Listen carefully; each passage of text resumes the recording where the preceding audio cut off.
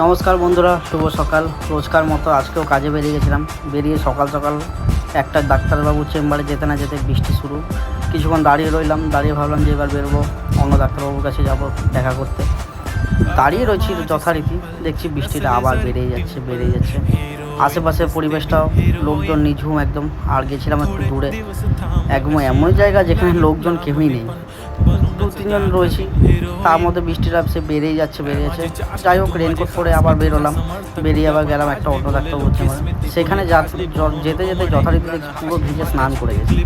আর এই বৃষ্টির দিন আমাদের কাজের এতই চাপ যে বৃষ্টির দিন দেখলেও হবে না, রেনকোট পরো খোলো, এই চলছে।